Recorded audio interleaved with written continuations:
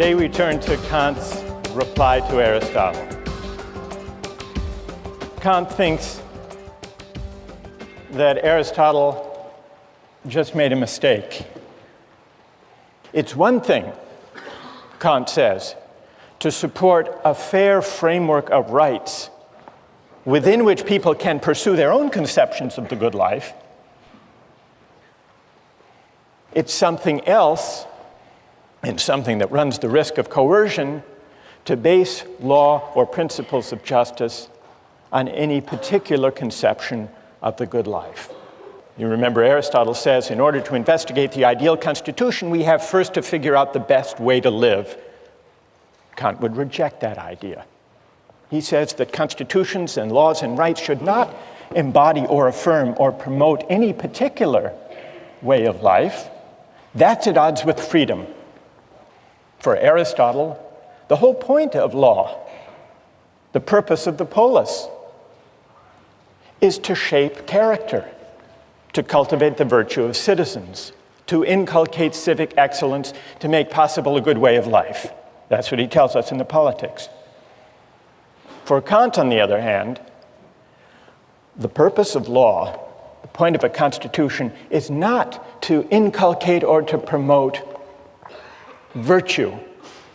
It's to set up a fair framework of rights within which citizens may be free to pursue their own conceptions of the good for themselves. So we see the difference in their theories of justice.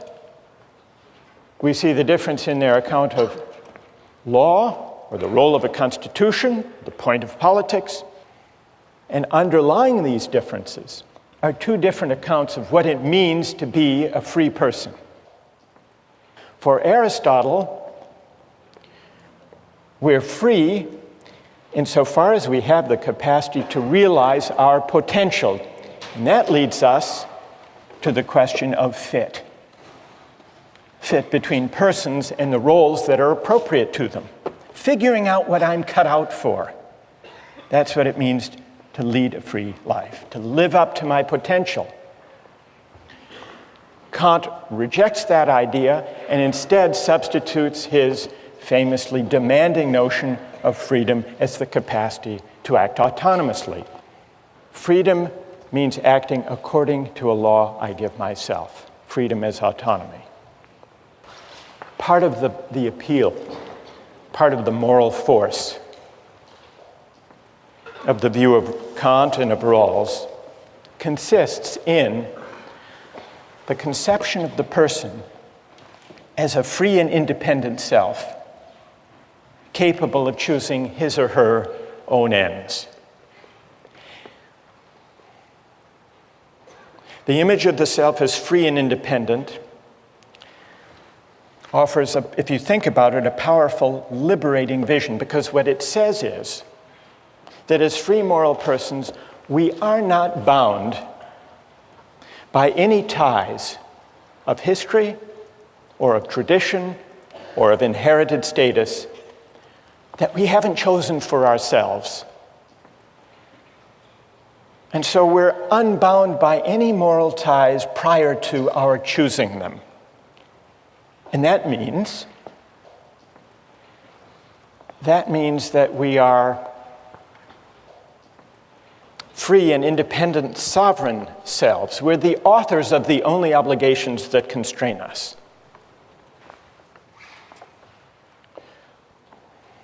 The communitarian critics of Kantian and Rawlsian liberalism acknowledge that there is something powerful and inspiring in that account of freedom, the free, independent choosing self. But they argue it misses something. It misses a whole dimension of moral life and even political life.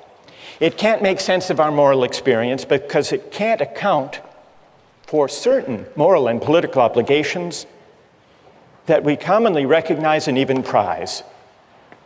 And these include obligations of membership, loyalty, solidarity, and other moral ties that may claim us for reasons that we can't trace to an act of consent. Alistair MacIntyre gives an account, what he calls a narrative conception of the self. It's a different account of the self.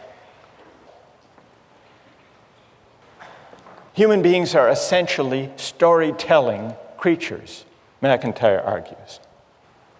That means I can only answer the question, what am I to do, if I can answer the prior question, of what story or stories do I find myself a part? That's what he means by the narrative conception of the self. What does this have to do with the idea of community and belonging? McIntyre says this: once you accept this narrative aspect of moral reflection, you will notice that we can never seek for the good or exercise the virtues only as individuals. We all approach our circumstance as bearers of particular social identities.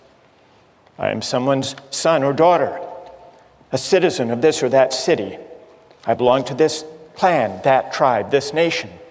Hence, McIntyre argues, what is good for me has to be the good for someone who inhabits these roles. I inherit from the past of my family, my city, my tribe, my nation, a variety of debts, inheritances, expectations, and obligations. These constitute the given of my life, my moral starting point. This is, in part, what gives my life its moral particularity. That's the narrative conception of the self. And it's a conception that sees the self as claimed or encumbered, at least to some extent, by the history, the tradition, the communities of which it's a part. We can't make sense of our lives, not only as a psychological matter, but also as a moral matter in thinking what we ought to do without attending to these features about us. Now, McIntyre recognizes that this narrative account, this picture of the encumbered self, puts his account at odds with contemporary liberalism and individualism. From the standpoint of individualism, I am what I myself choose to be. I may biologically be my father's son, but I can't be held responsible for what he did unless I choose to assume such responsibility. I can't be held responsible for what my country does or has done unless I choose to assume such responsibility. But McIntyre says this reflects a certain kind of moral shallowness, even blindness. It's a blindness at odds with the full measure of responsibility, which sometimes, he says, involves collective responsibility, or responsibilities that may flow from historic memories. And he gives some examples. Such individualism is expressed by those contemporary Americans who deny any responsibility for the effects of slavery upon Black Americans, saying, I never owned any slaves. Or the young German who believes that having been born after 1945 means that what Nazis did to Jews has no moral relevance to his relationship to his Jewish contemporaries. McIntyre says all of these attitudes of historical amnesia amount to a kind of moral abdication. Once you see that who we are and what it means to sort out our obligations can't be separated, shouldn't be separated from the life histories that define us.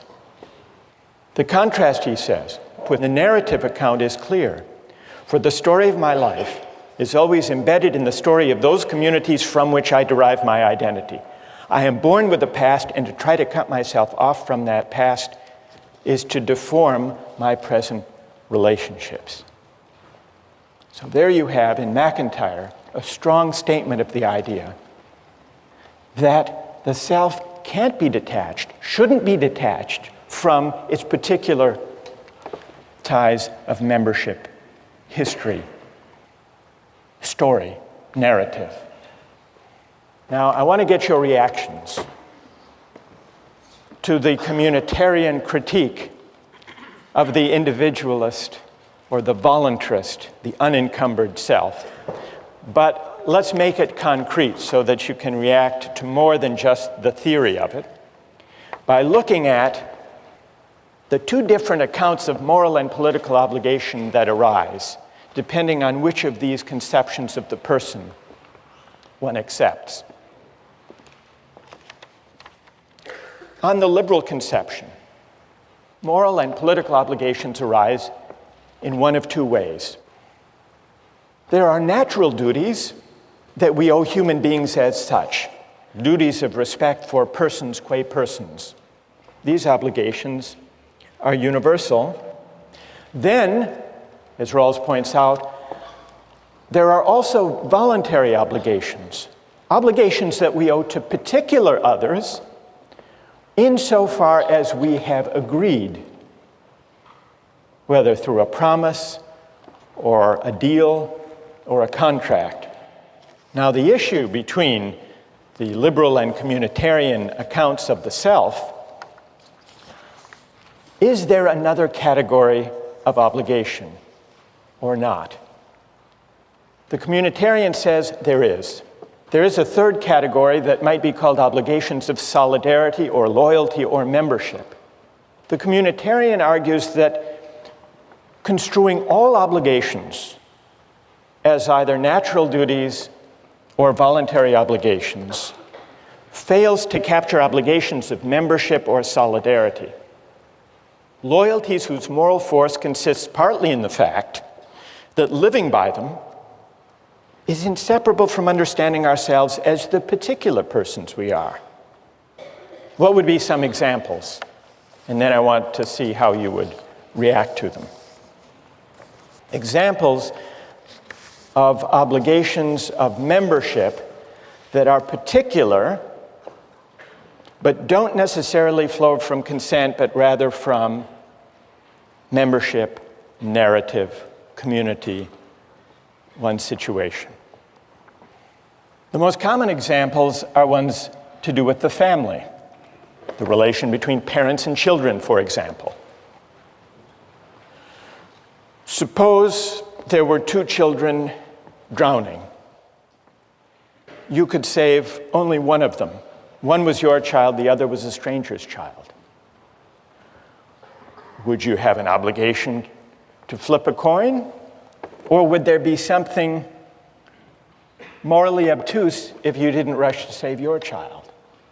Now, you may say, well, parents have agreed to have their children.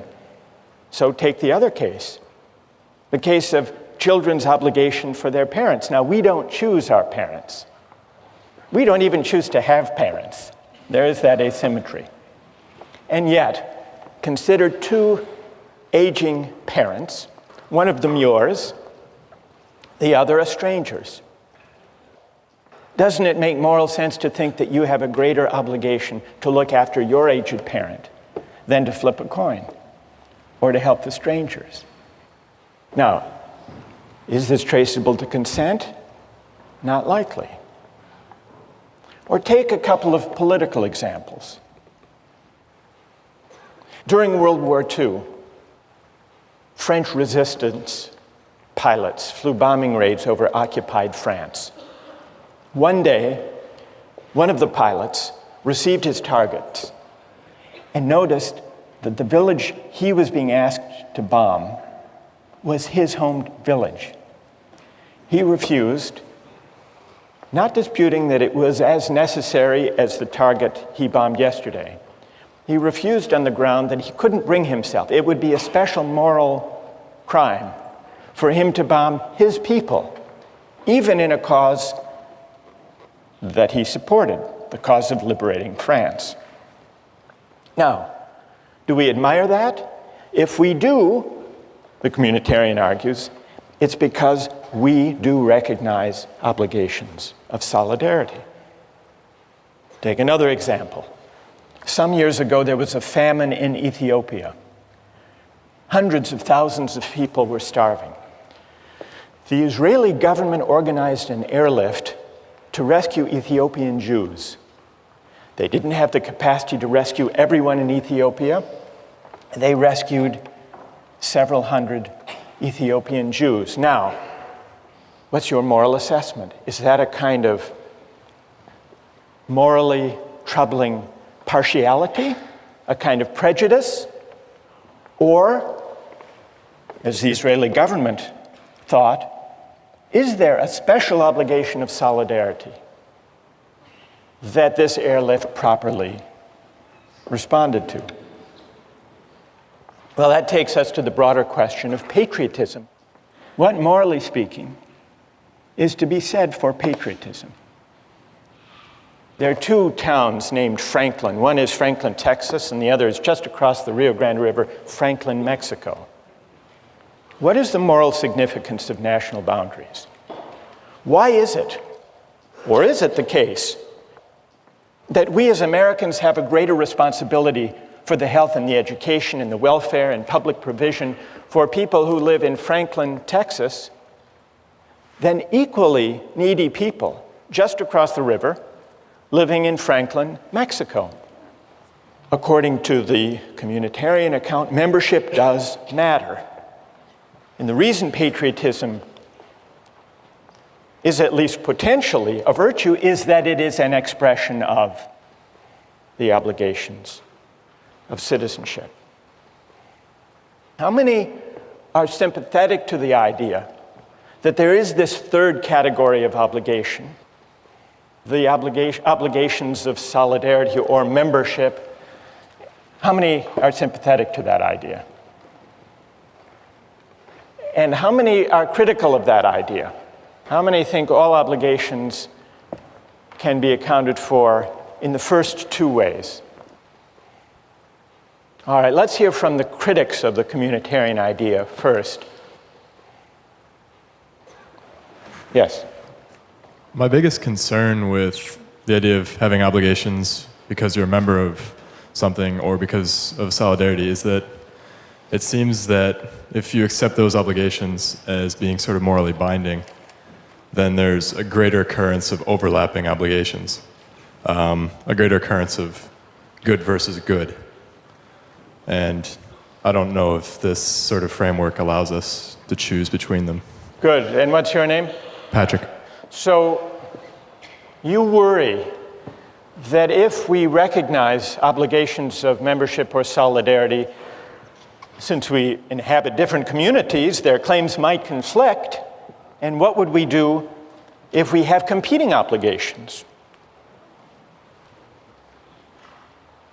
Yes? Well, one solution is that we could view ourselves as ultimately members of the human community, and that then within that we have all these smaller spheres of that, you know, I am American or I am a student at Harvard.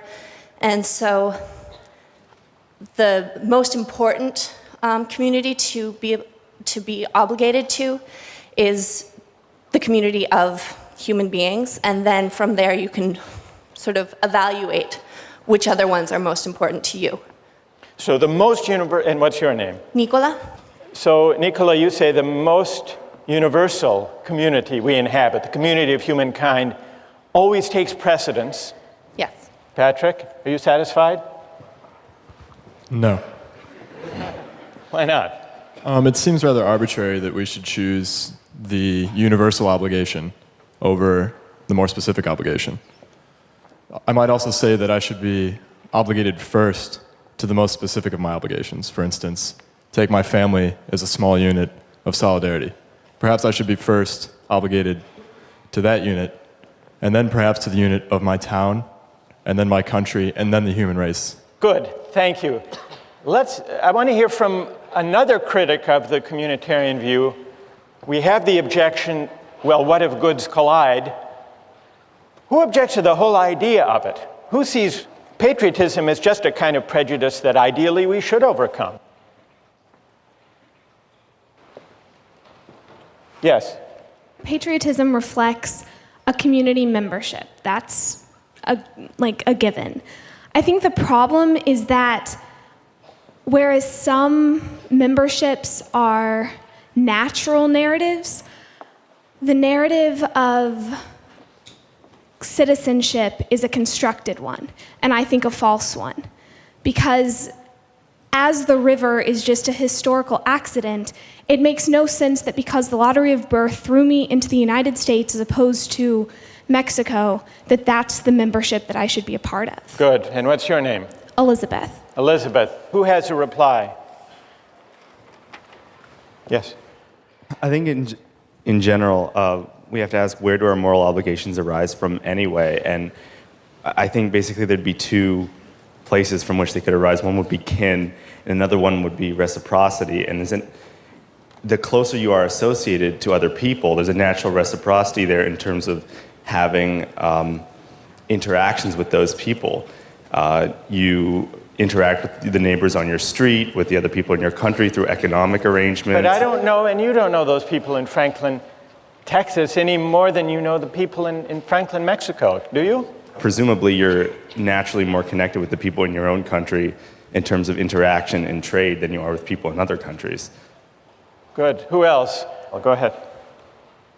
Yeah, I think that a lot of the basis for patriotism can be compared to like school spirit or even house spirit that we see here, where freshmen are sorted into houses and then within a day they have developed some sort of attachment or pride associated with that house. And so I think that we can probably draw a distinction between a moral obligation for communitarian beliefs and sort of just a sentimental, emotional attachment. Good. Wait, stay there. What's your name?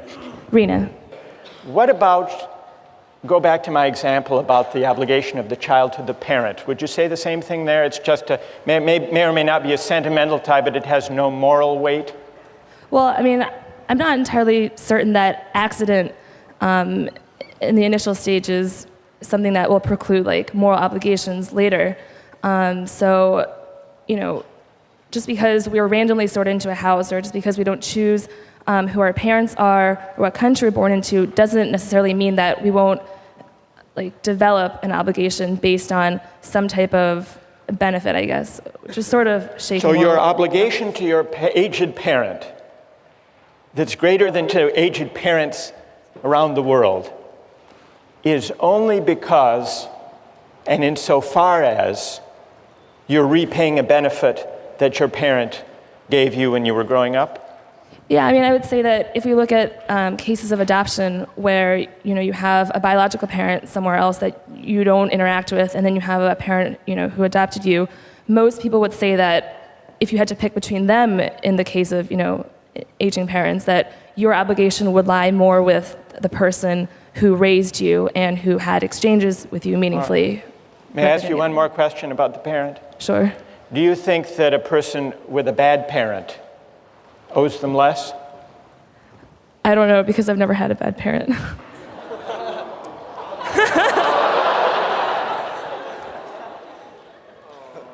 I think that's a good place to end. Thank you. We'll continue with this next time. Thank you. Today, I'd like to consider the strongest objections to the idea that there are obligations of solidarity or membership. Then I want to see if those objections can be met successfully. One objection emerged in the discussion last time. Patrick said, well, if obligations flow from community membership and identity, we inhabit multiple communities, doesn't that mean that our obligations will sometimes conflict? So that's one possible objection. And then Rena said, these examples meant to bring out the moral force of solidarity and membership. Examples about parents and children, about the French resistance fighter asked to bomb his own village and drawing back, about the airlift by Israel of Ethiopian Jews. These examples, they may be intuitively evocative, Rena said, but really they're pointing to matters of emotion, matters of sentiment, not true moral obligations. And then there were a number of objections not necessarily to patriotism as such, but to patriotism understood as an obligation of solidarity and membership beyond consent. This objection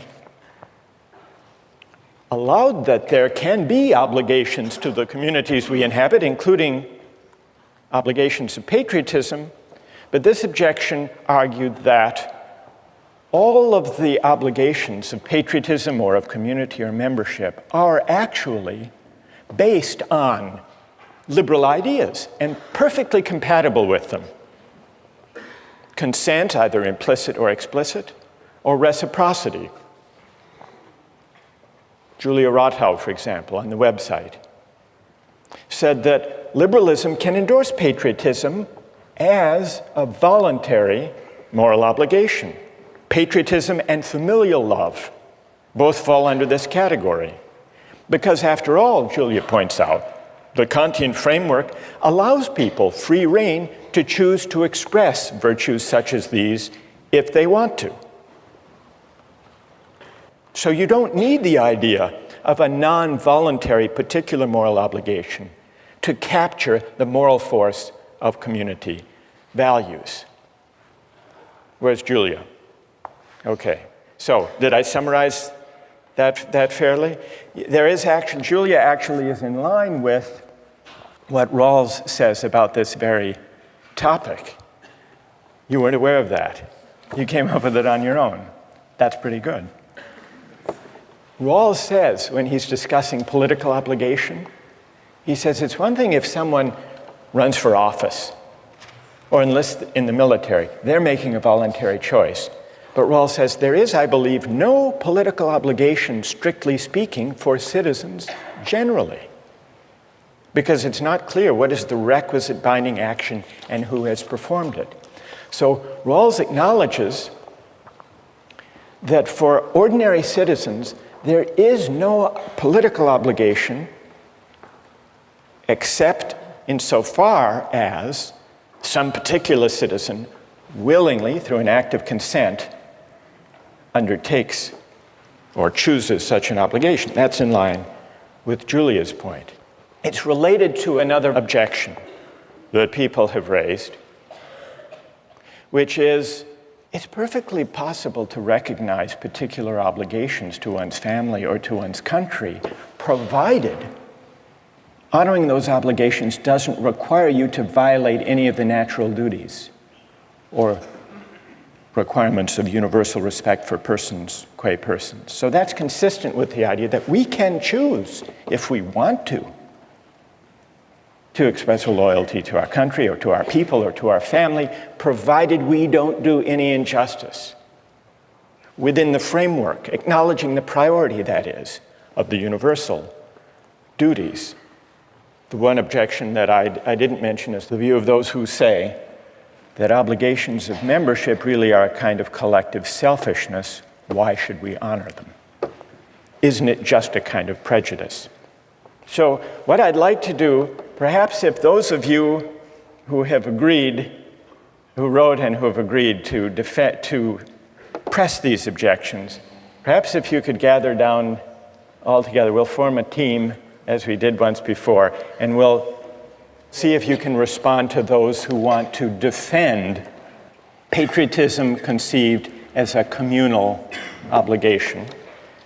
Now, there were a number of people who argued in defense of patriotism as the communitarian view conceives it. So let me go down now and join the critics of communitarianism, if there's a microphone that we could use somewhere. Okay, thanks, Kate.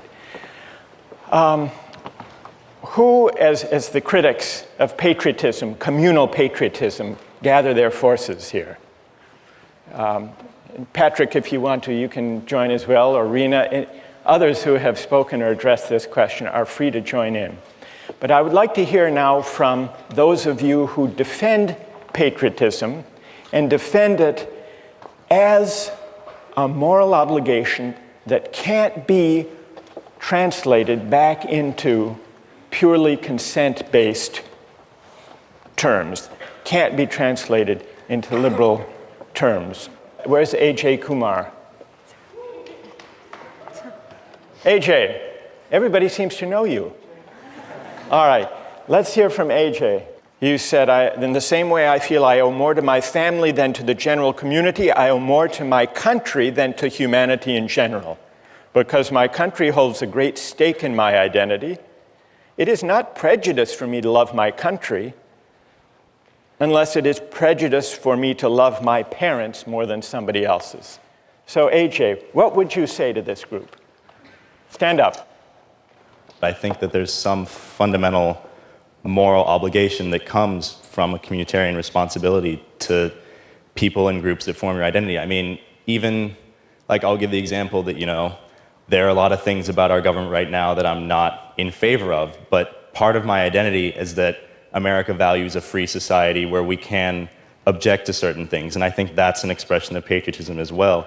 And I go back to the parent example, or even at Harvard, I think, I owe more to my roommates because they make up my identity than I do to the Harvard community as a whole, and I think that applies to our country because there are certain things that growing up here, yes, we can't choose it, we can't choose our parents, things like that, but it makes up part of our identity. Okay, who would like to take that on? Ike? Yeah, about the obligation to others simply by virtue of being in being influenced by them. I'm a German citizen, and if I had been born 80 years earlier, then I would have been a citizen of Nazi Germany. And for some reason, I just don't think that I would have to feel obligated towards Germany because I had benefited from actions of Nazis. I mean, I guess my response to that would be you have hundreds of thousands of protesters in the United States right now who hold up signs that say peace is patriotic. And I'm sure there are people in this room who don't agree with that. I personally do.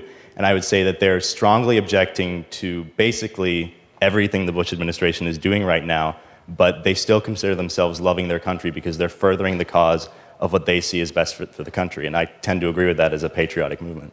Well, but how's that then? How do you still favor your country? How's that still patriotic? I mean, isn't that more a sentimental attachment? Where's the obligation there?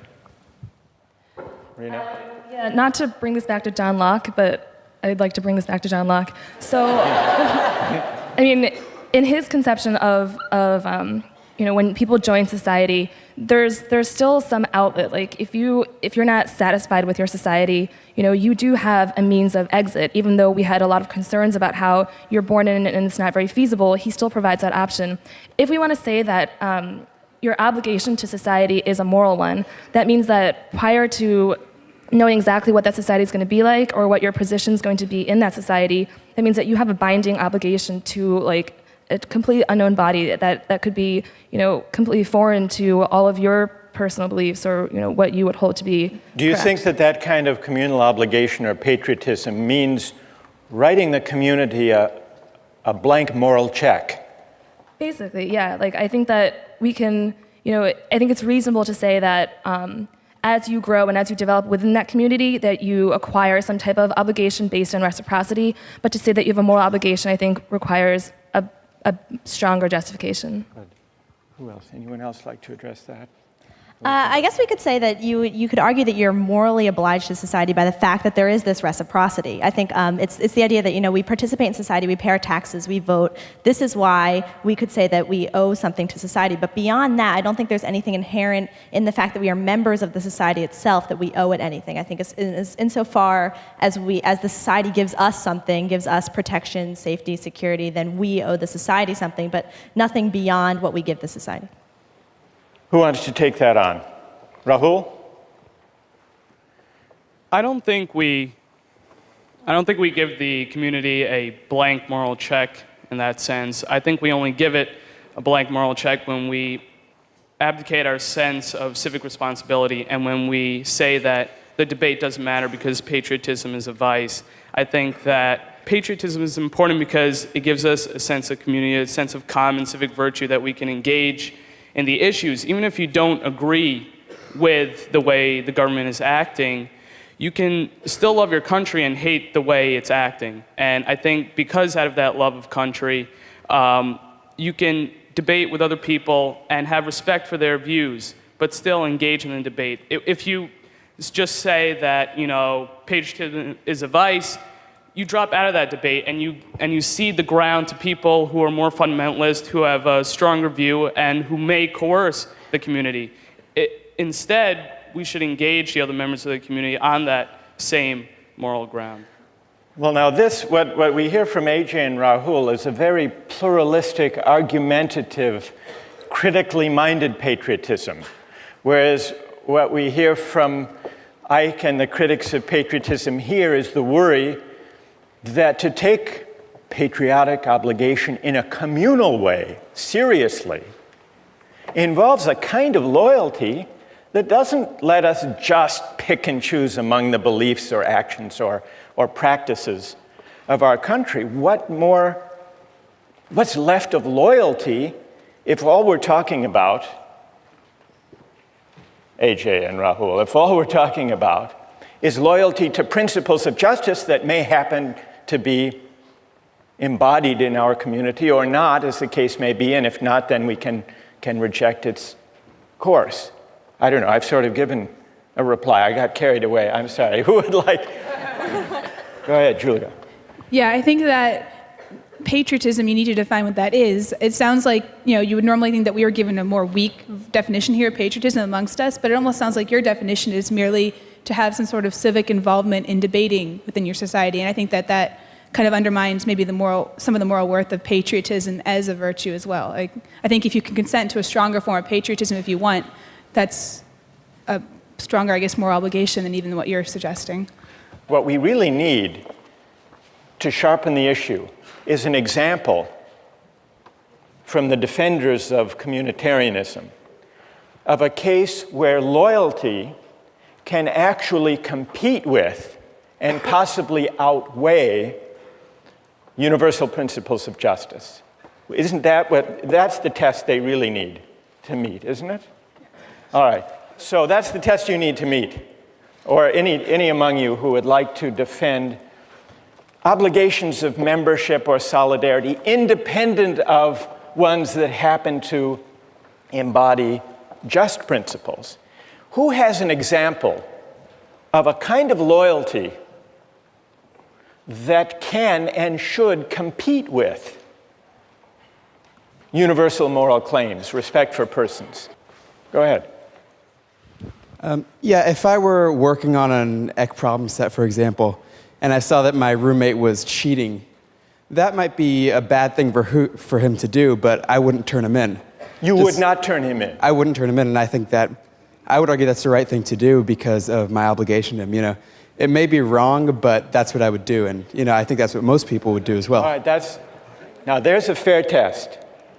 He's not slipping out by saying he's invoking in the name of community some universal principles of justice. What's your name? Stay there. What's your name? It's Dan. Dan? So what do people think about Dan's case? That's a harder case for the ethic of loyalty, isn't it? But a truer test? How many agree with Dan? So loyalty has its partisans. How many disagree with Dan?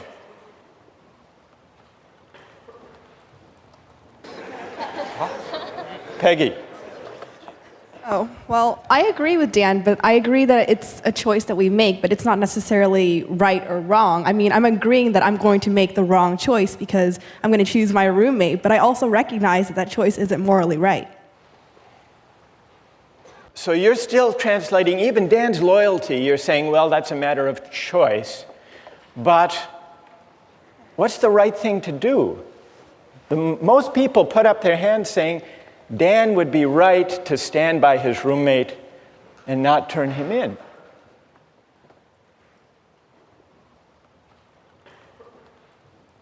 Yes, go ahead.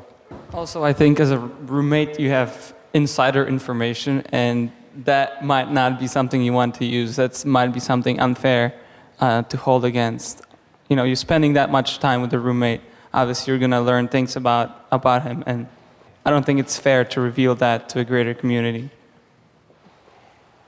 But it's loyalty, Wojtek. You agree with Dan that Yes, loyalty is the ethic at stake here. Absolutely. You don't have a duty to tell the truth, to report someone who cheated? Not if you've been advantaged into getting that kind of information.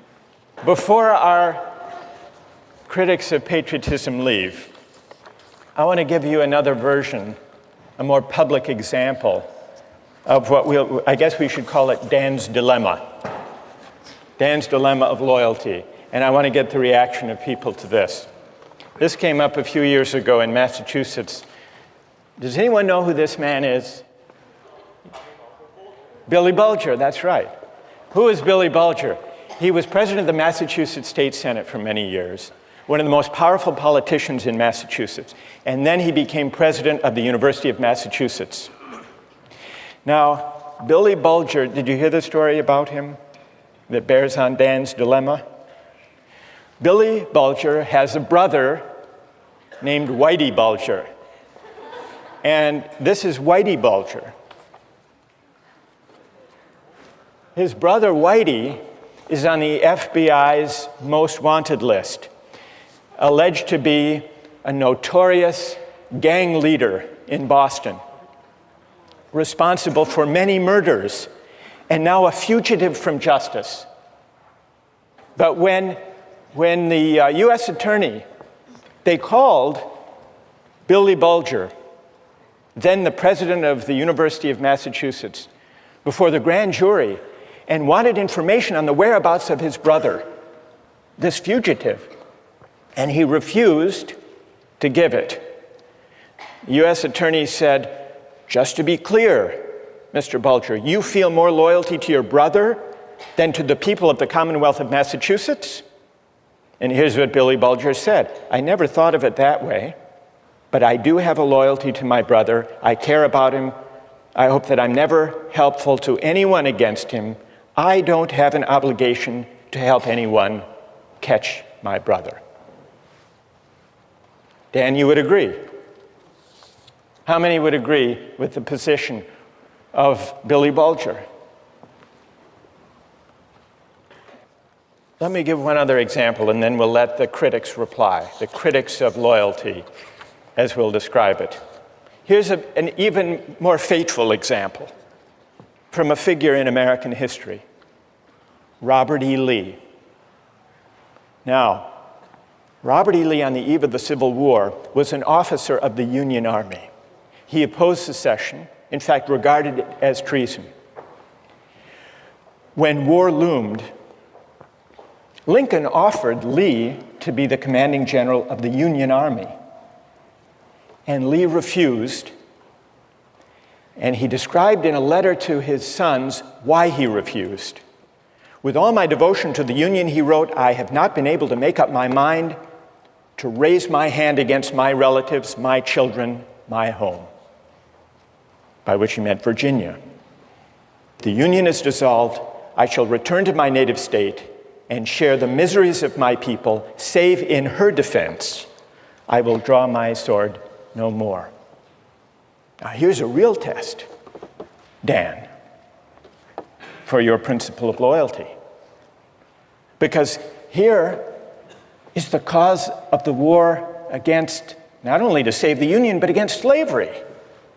And Lee is going to fight for Virginia, even though he doesn't share the desire of the southern states to secede. Now, the communitarian would say there is something admirable in that. Whether or not the decision was ultimately right, there's something admirable. And the communitarian would say, we can't even make sense. Rena, we can't make sense of Lee's dilemma as a moral dilemma unless we acknowledge that the claim of loyalty arising from his sense of narrative of who he is a moral, not just sentimental, emotional tug. All right, who would like to respond to Dan's loyalty, to Billy Bulger's loyalty, or to Robert E. Lee's loyalty to Virginia? What do you say, Julia? Okay, well, I think that these are some classic examples of multiple spheres of influence, and that you have conflicting communities, that your family and your country. I think that's one reason why the idea of choice in your obligation is so important, because how else can you resolve this? If you're morally obligated and there's no way out of this need for loyalty to both communities, you're trapped. There's nothing you can do. You have to make a choice.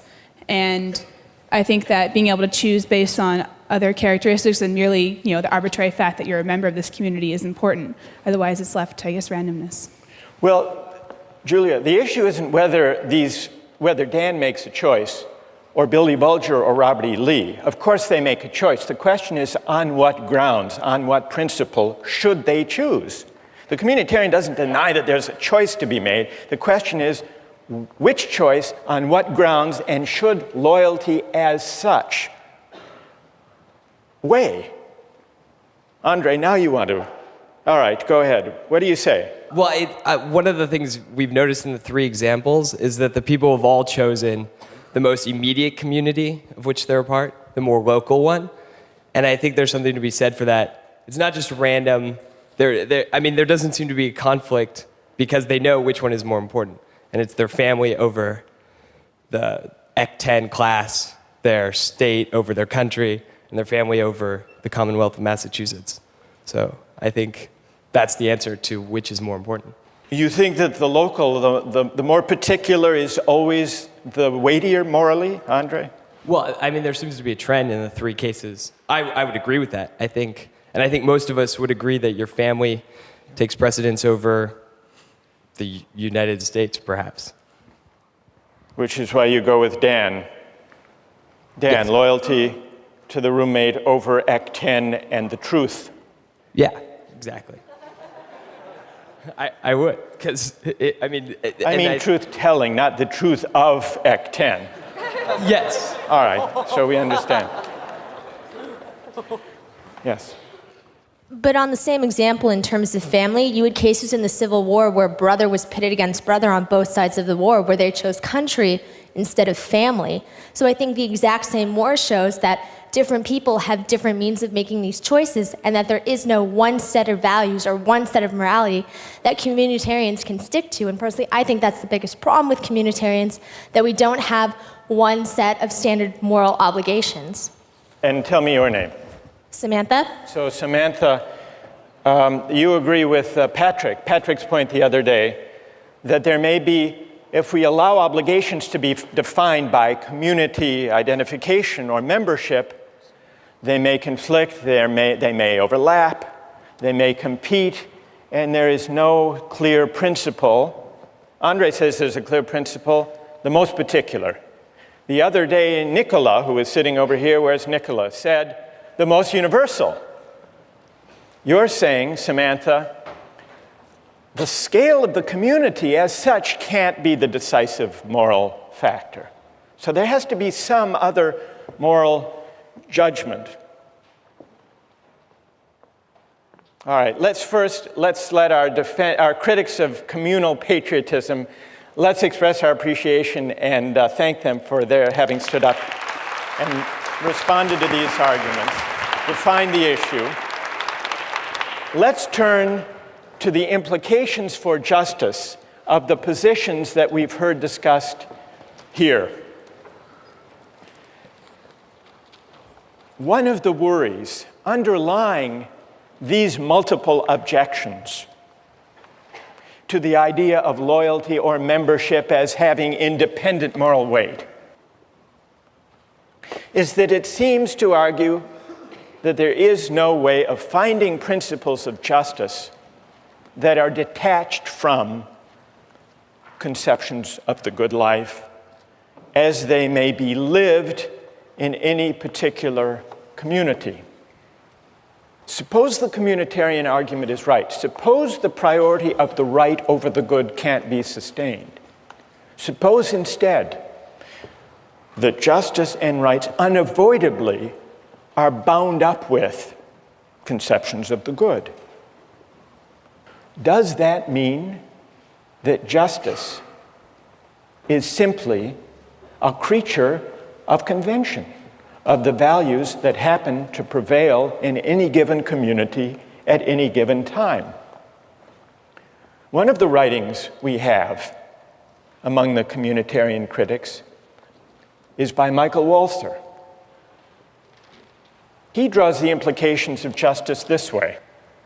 Justice is relative to social meanings. A given society is just if its substantive life is lived in a certain way, in a way that is faithful to the shared understandings of the members.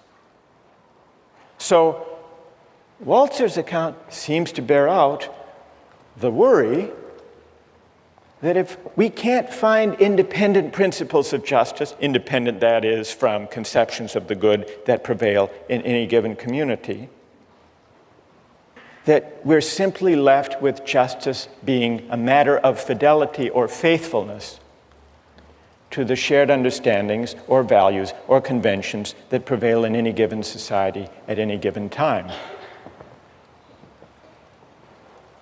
But is that an adequate way of thinking about justice?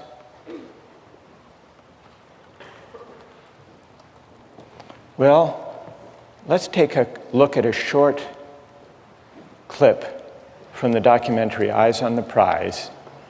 It goes back in the 1950s in the South. Here are some situated American Southerners who believe in the tradition, in the shared understandings of segregation.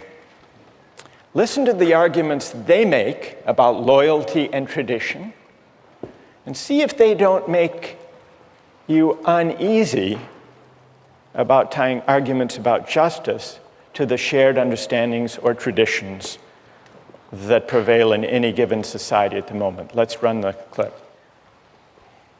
This land is composed of two different cultures, a white culture and a colored culture, and I've lived close to them all my life.